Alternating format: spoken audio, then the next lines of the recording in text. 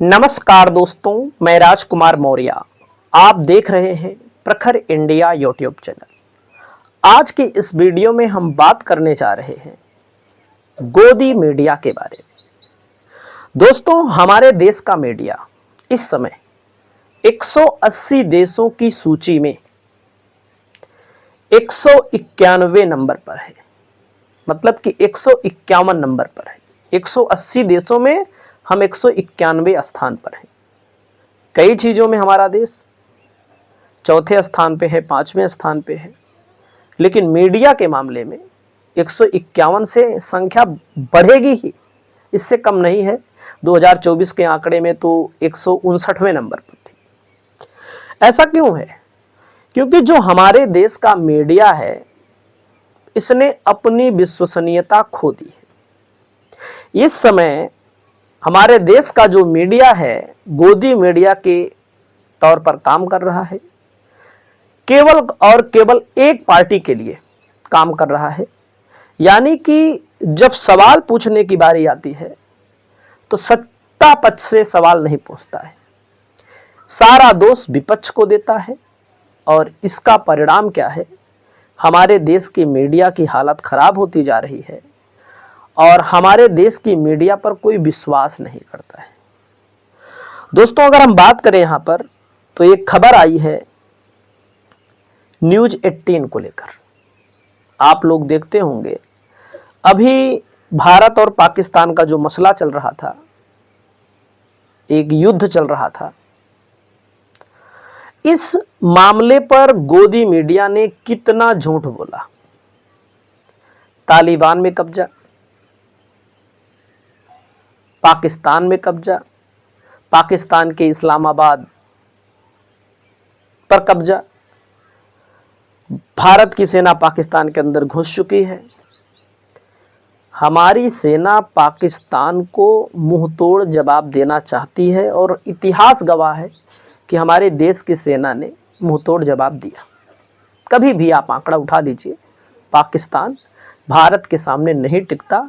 इसीलिए आतंकवादियों को भेज करके कहीं ना कहीं भारत के अंदर हलचल पैदा करता है, भारत के अंदर नुकसान पहुंचाता है। तो दोस्तों, न्यूज़ 18 भी उसमें पीछे नहीं है। न्यूज़ 18 की एंकर हैं रूबिका लियाकत, जो डिबेट भी करती हैं। अभी एक डिबेट में कांग्रेस प्रवक्ता से अपनी कुर्सी से उठकर उसकी कुर्सी के पास चली जाती हैं। जैसे गली मोहल्ले में झगड़ा होती है, वैसे झगड़ा करने लगती हैं। और संपादक है राहुल जोशी। इन पर कांग्रेस के प्रदेश अध्यक्ष ने मानहानि का आरोप लगा दिया है और 5 करोड़ का लीगल नोटिस भेज दिया है। देखो, आपने देखा होगा, अखिलेश यादव को बदनाम करने के लिए, केजरीवाल को बदनाम करने के लिए, राहुल गांधी को पप्पू घोषित करने के लिए तमाम षड्यंत्र चलाए जाते हैं, तमाम झूठी चीजें चलाई जाती हैं। अभी एक अर्नब गोस्वामी वाला चैनल आपने देखा होगा, उसने तो चला दिया तुर्की में कांग्रेस का हेड ऑफिस है। अरे भाई, कांग्रेस लिखा था वैसे तो कांग्रेस ने भी FIR कर दिया। दोस्तों, इस मामले को लेकर मैं आपको बताना चाहता हूं, कांग्रेस के प्रदेश अध्यक्ष ने बहुत गंभीर आरोप लगाए और इस मामले को लेकर के भड़ास मीडिया की तरफ से क्या कहा गया है, आप देखिएगा। उत्तर प्रदेश कांग्रेस के प्रदेश अध्यक्ष अजय राय ने न्यूज़ 18 के चैनल, उसके एंकर रूबिका लियाकत और एडिटर राहुल जोशी के खिलाफ गंभीर आरोप लगाते हुए 5 करोड़ रुपए की मानहानि का दावा ठोका है। यानी कि रूबिका लियाकत पर और एडिटर राहुल जोशी पर 5 करोड़ रुपए के मानहानि का दावा ठोका है। राय का आरोप है कि चैनल ने राफेल डील पर उनकी एक बातचीत को तोड़ मड़ोड़ कर प्रस्तुत किया और उस पर शो के दौरान अपमानजनक भाषा का इस्तेमाल किया गया और उनकी छवि को नुकसान पहुंचाया गया। 4 मई 2025 को अजय राय ने राफेल सौदे से जुड़े मुद्दे पर NI से बातचीत की। उन्होंने आरोप लगाया जबकि न्यूज 18 उनकी बातों को तोड़ मरोड़ कर प्रस्तुत किया। और इनका एक है डेली शो गूंज में उन्हें बदनाम किया गया और शो में उनके नाम को लेकर के गंवार कहा गया, मूर्ख कहा गया, बेवकूफ़ कहा गया और इससे उनकी राजनीतिक दल की गरिमा की ठेस पहुंचती है। राजनीतिक दल की गरिमा के अलावा अजय राय व्यक्तिगत तौर पर एक बड़े नेता हैं, मोदी के खिलाफ चुनाव लड़े। तो क्या मोदी के खिलाफ चुनाव लड़े तो वैसे छोटे मोटे नेता हैं दोस्तों। अजय राय का जब आप आंकड़ा देखेंगे तो अजय राय 5 बार के विधायक रहे हैं, कांग्रेस के सांसद रहे हैं वही वाराणसी में, और अभी 2 बार तो लगातार भले हार रहे हैं और मोदी को भी इन्होंने पानी पिला दिया था उसी वाराणसी में। तो अजय राय ने कहा है, मीडिया का काम जिम्मेदारी से सच दिखाना होता है, ना कि किसी की छवि को बिगाड़ना। मैं 5 बार विधायक, पूर्व राज्य मंत्री, 3 बार वाराणसी लोकसभा सीट से कांग्रेस का प्रत्याशी रह चुका हूं। अगर मेरे जैसे वरिष्ठ राजनेता के खिलाफ इस प्रकार की भाषा का प्रयोग होगा तो लोकतंत्र के लिए खतरनाक संकेत है।